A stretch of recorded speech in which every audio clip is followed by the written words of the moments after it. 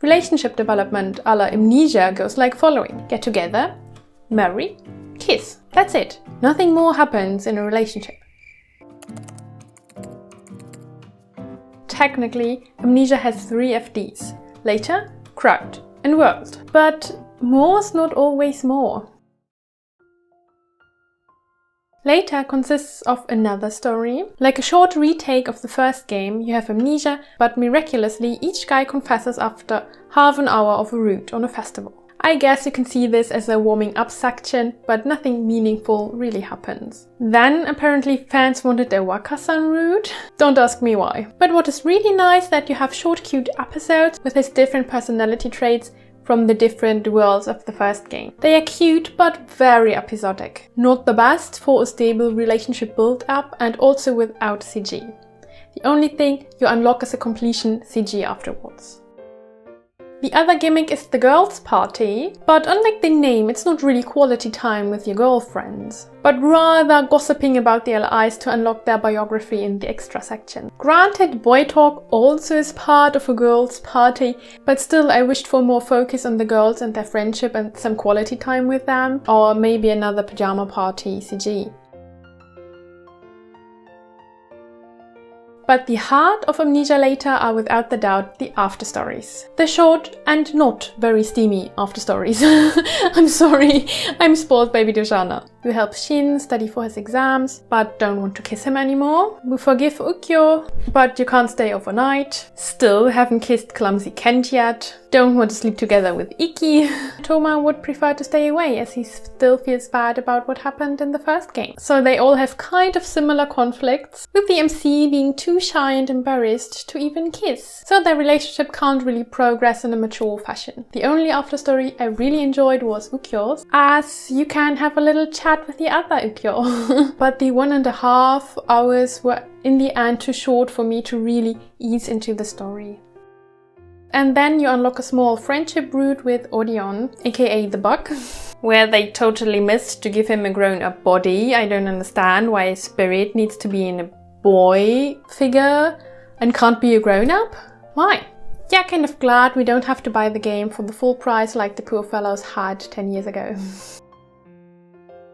Crowd is probably the real FD, where they even bothered to add new soundtracks. But apart from that, it's a conglomerate of episodic stories, for the sole reason of having yet another chat with your characters. In the suspense section, you end up in an unfortunate situation, trapped somewhere, and have to solve puzzles or investigation gameplay in order to escape. While I can somehow see how that also challenges their relationship, it's still far from meaningful, especially as it's a bit unclear when exactly this episode is supposed to take place. Still, if you want a little plot, that still might be interesting, or if you enjoy a bit of gameplay or canned math. You can also play mini-games in the work section and have a chat in the communication section in order to unlock more dialogue. The afterstories take place about half a year after the first game. Shin looks like a penguin, Kent like a priest, Toma became a hippie. What happened in these 6 months? No, joking aside. These are little fun stories on the way to marriage. But keep in mind, relationship development a la Amnesia goes like following. Get together, marry, kiss. That's it. Nothing more happens in a relationship. And to make matters worse, Kent even promised her father not to touch her until marriage. Iki's eyes suddenly start to have an effect on her. And Toma wants to atone by reversing the situation from the first game.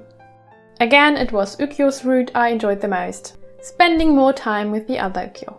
But at least in the FD's afterstories, our heroine now has her own thoughts and voice and speaks and even a character, and proves herself to be cute and sassy. You still will have to deal with Odeon in the another story and later and suspense section in Crowd though.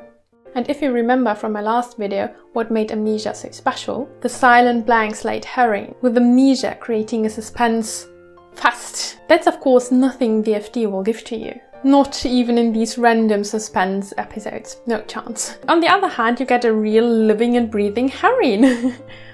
Guess you can't have everything. But overall I felt that the stories felt samey and lacked fresh ideas. And repeated the same old motives. Shin stays at tsundere, who means well. Ken stays socially awkward, Ikki is either tormented by his fan club or his eyes, but nothing can stop his respectful horniness. Ukyo is torn between, and Toma, well, he regrets what he did and I absolutely hate that.